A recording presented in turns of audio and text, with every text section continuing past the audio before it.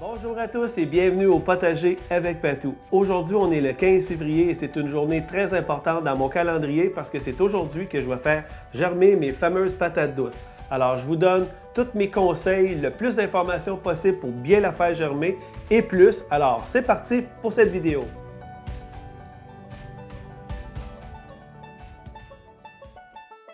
Alors, tout d'abord, avant de commencer à faire germer nos patates douces, juste quelques petites informations importantes à vous dire pour mieux la comprendre parce que souvent on va la comparer avec les fameuses pommes de terre qui sont deux familles complètement différentes.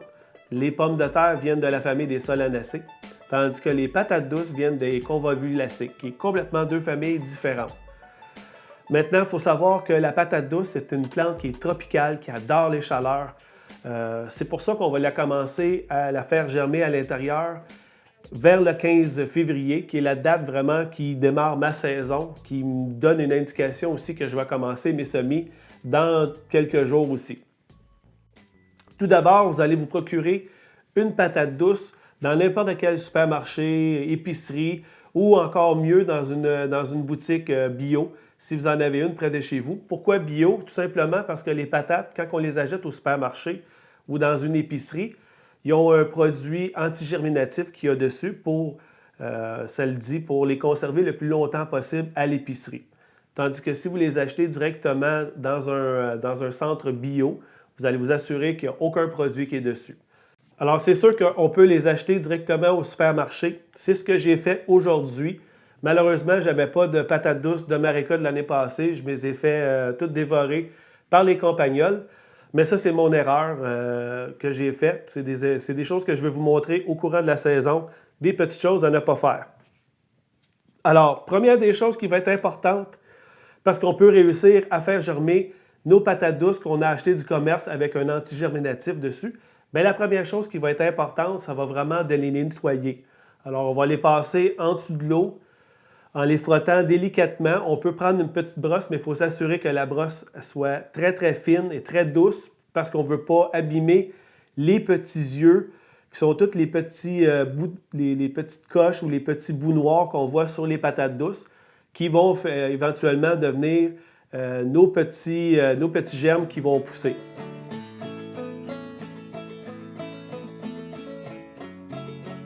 Il y a quelques façons qu'on peut le faire. Je vais vous en présenter seulement deux. Je sais qu'il y en a d'autres, mais moi, j'utilise seulement que les deux. J'ai beaucoup de succès. Malheureusement, l'année passée, j'ai fait des petites erreurs que je vais vous énumérer tantôt à ne pas faire au courant de la saison pour s'assurer d'avoir une belle germination. Parce que la patate douce, si on la commence le 15 février, c'est parce que ça va prendre environ 4 mois pour vraiment bien la faire germer et bien la faire développer. Alors, le 15 février, c'est vraiment la date qu'on va commencer, qui est la première principale chose à faire. C'est vraiment, on appelle le bon timing, la bonne période pour commencer à faire germer nos patates douces. Alors, ceci étant dit, comme je vous expliquais, deux façons de réussir à faire germer nos patates douces. La première manière, ça va être de prendre un fameux verre d'eau, ou un petit bol, ou n'importe quel contenant que vous pouvez avoir. Aujourd'hui, ce que je vais faire, c'est que je vais faire deux tests, parce que je vois souvent les gens, un peu partout, le mettre dans un gros bol ou dans un gros contenant d'eau.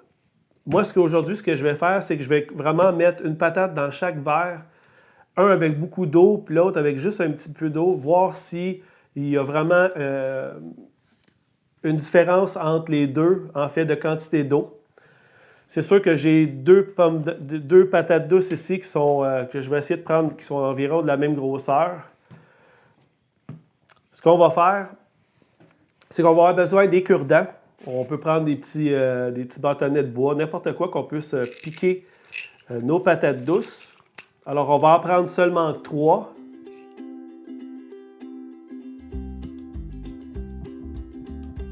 Une petite chose importante quand vous allez acheter vos patates douces dans un commerce ou dans une épicerie, prenez le temps, surtout si vous voulez les faire germer, prenez le temps de les prendre qui vont être de forme plus facile à reconnaître parce que je vous dirais que quand les patates douces ils sont vraiment rondes comme on voit, des fois, ça peut être très difficile de savoir quel est l'extrémité et le bout, parce qu'on dit souvent que c'est le bout rond, mais on voit ici que les deux bouts sont quand même assez ronds. Une bonne façon de le remarquer, c'est que vous allez voir à une des deux extrémités, c'est comme le rond qui venait s'attacher avec la tige qui était la racine. Et l'autre bout va vraiment être beaucoup plus pointu. Alors, c'est vraiment plus facile. Je vais vous montrer une image de toute façon, comment vraiment les voir, comment vraiment les différencier d'une des autres. Mais comme je vous dis, si vous les faites directement à la maison, pour les faire germer, je vous dirais de les prendre de cette forme qui sont beaucoup plus faciles. On voit le bout arrondi en haut et le bout plus pointu par en bas.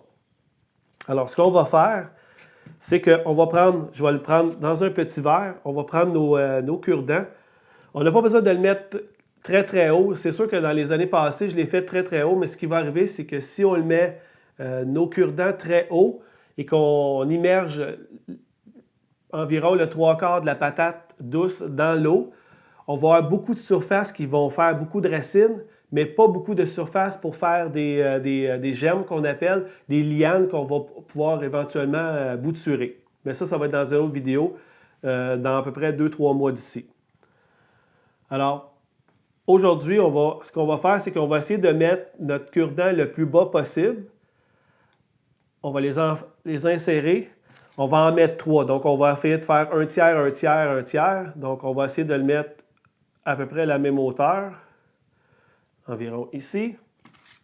Je vais mettre mon autre de ce côté-là. Que je puisse accoter directement ma patate douce. Elle est un peu croche, mais ce n'est pas plus grave que ça. Ce que je vais faire, c'est que je vais rajouter de l'eau dedans.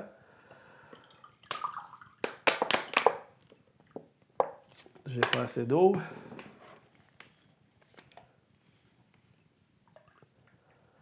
L'important, c'est pas obligé de remplir, d'immerger notre patate douce complètement dans l'eau. En autant qu'on ait quelques centimètres dans l'eau, ça va être parfait. Donc, on voit ici que j'ai environ une dizaine de centimètres, plus ou moins, mais j'ai beaucoup de surface ici pour réussir à avoir des germes.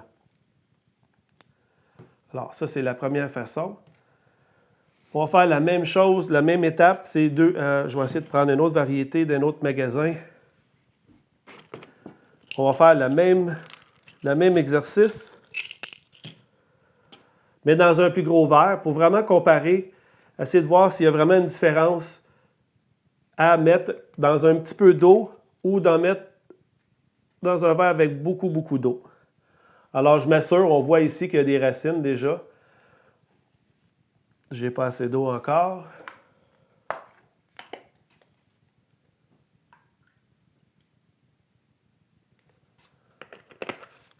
Alors, on voit les deux exemples ici. Donc, j'ai un grand verre, j'ai un petit verre. On va les mettre de côté. Maintenant, la deuxième façon, ça va être dans des contenants. J'en ai déjà fait ici. Mes fameux contenants de champignons que j'utilise un peu partout. Je trouve que ça fait vraiment l'affaire, surtout que j'utilise les deux couleurs parce que ces deux couleurs-là ne fitent pas un dans l'autre. Alors, je m'assure d'avoir un certain espace plus bas. J'ai un exemple ici. Alors, on le voit que le contenant ne rentre pas bien. Et aussi, ce que j'ai fait, je ne sais pas si on va bien le voir, mais j'ai un contenant qui est beaucoup plus petit que l'autre. Donc, c'est sûr que si je le mets à l'intérieur, je vais m'assurer d'avoir un jour dans le bas qui va m'aider aussi au drainage. D'ailleurs, c'est une chose qui est importante, de faire des trous à l'intérieur du plat pour pas qu'il y ait trop d'eau. Parce que oui, les patates douces adorent l'humidité, adorent l'eau, mais il ne faut pas qu'ils soient gorgés d'eau non plus ou qu'ils pataugent directement dans de l'eau.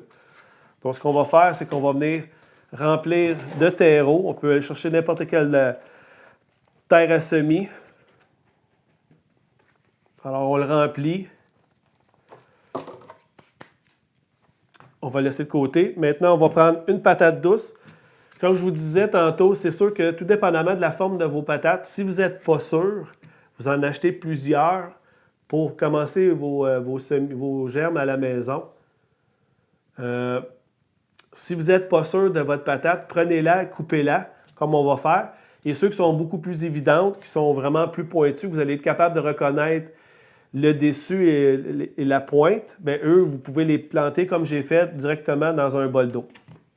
Alors maintenant, c'est sûr que j'avais déjà coupé des quartiers pour commencer à faire mes premières patates. Alors, je vais prendre une patate douce qui est vraiment ronde, qui est très difficile à identifier, même si je vois que c'est facile parce que je vois vraiment l'extrémité où elle était attachée au plan. Alors, on va prendre une planche à couper avec un bon couteau parce que les patates douces sont quand même assez dures. On va la couper en deux une première fois. Par la suite, on va prendre la moitié qu'on va recouper encore en deux. Et par la suite, tout dépendamment de la grosseur de vos patates douces, on va faire des quartiers.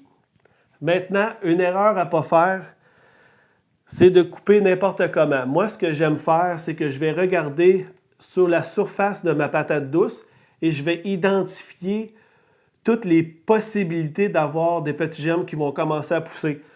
Pourquoi je vous dis ça? Parce que l'année passée, j'avais coupé des quartiers que j'avais aucun petit point noir ou des yeux qu'on appelle sur un quartier et malheureusement, ces quartiers-là n'ont pas vraiment poussé. Alors, si on veut s'assurer d'avoir au moins un germe par quartier, on va vraiment aller choisir la façon de les couper.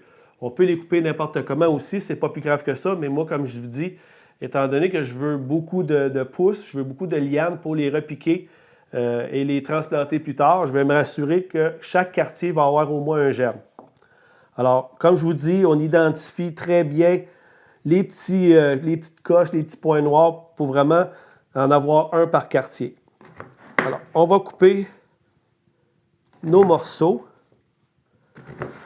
Alors ici, j'en ai coupé juste avec une moitié de patate, j'en ai 8. On va les placer de côté. On va prendre notre petit contenant qu'on a fait tantôt. Première chose qu'on peut faire aussi, c'est qu'on peut s'assurer d'avoir beaucoup d'eau. Donc, moi, ce que je fais, c'est que je fais un premier arrosage. Vraiment abîmer mon terreau d'eau. Parce qu'on voit qu'il est très, très sec.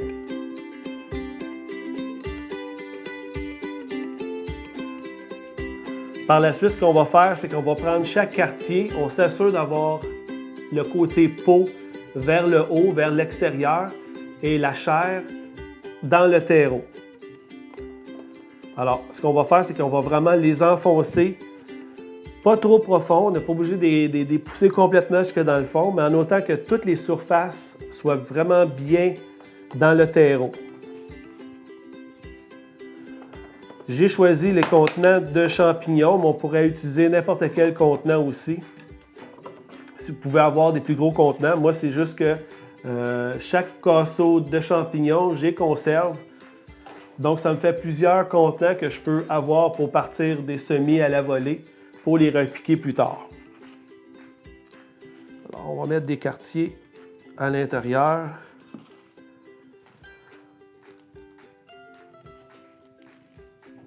Donc, j'ai placé environ 5 quartiers dans seulement qu'un petit contenant. Ce que je vais faire par la suite, c'est que je vais rajouter un petit peu de terre parce que je veux vraiment que tous les côtés des patates douces soient vraiment dans la terre. Ce n'est pas obligatoire, mais moi, j'aime bien quand la patate est vraiment dans la terre au complet. Par la suite, on fait la même chose. Alors, par la suite, on va juste venir arroser notre terre pour s'assurer d'être très, très, très humide.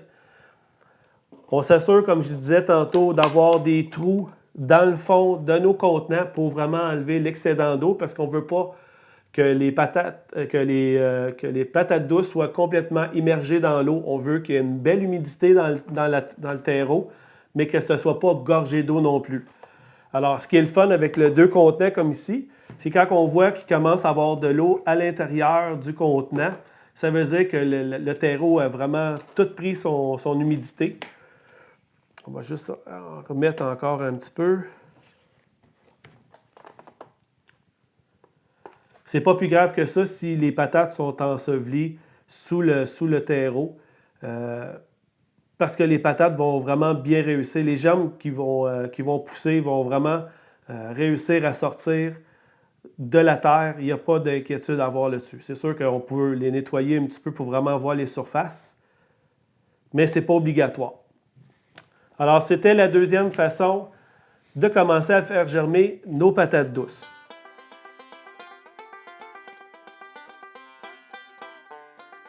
Alors, maintenant qu'on a fait nos patates douces, on a mis toutes les patates. Tout dépendamment aussi, un petit conseil que j'ai pour vous, c'est que si vous avez seulement qu'un petit jardin ou un petit potager à la maison, je vous dirais, prenez seulement une patate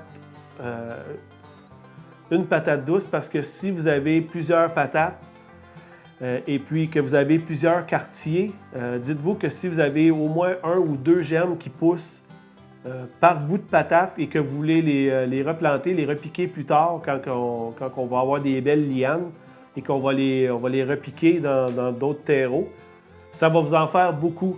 Donc, si on voit juste avec une pomme de terre, on a environ 16 quartiers, parce que la moitié donne 8, donc 16 quartiers.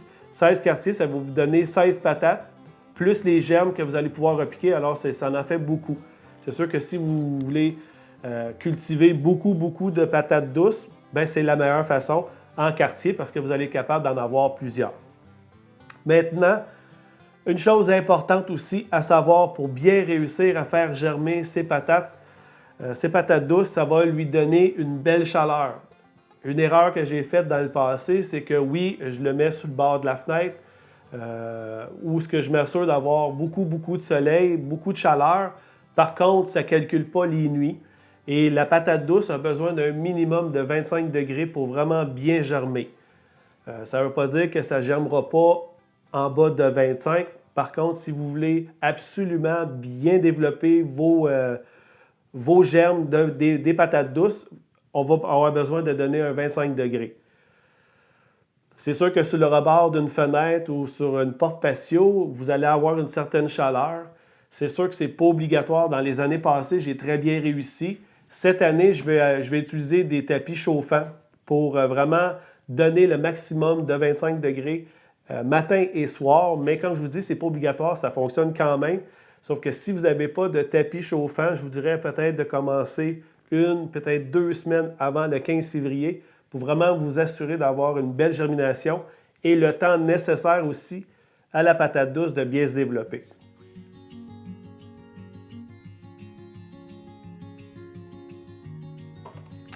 Alors, c'est vraiment pas compliqué. Comme je vous dis, on se procure une patate douce dans n'importe quel supermarché, épicerie. On les nettoie comme il faut pour vraiment enlever tout l'antigerminatif qu'il y a dessus. Ça fonctionne très bien. Les premières patates douces que j'ai cultivées ici venaient directement d'un supermarché et ça a très bien fonctionné. Mais comme je vous dis, l'année passée, malheureusement, je les ai perdus à cause des petits rongeurs. Mais c'était un peu de ma faute. Mais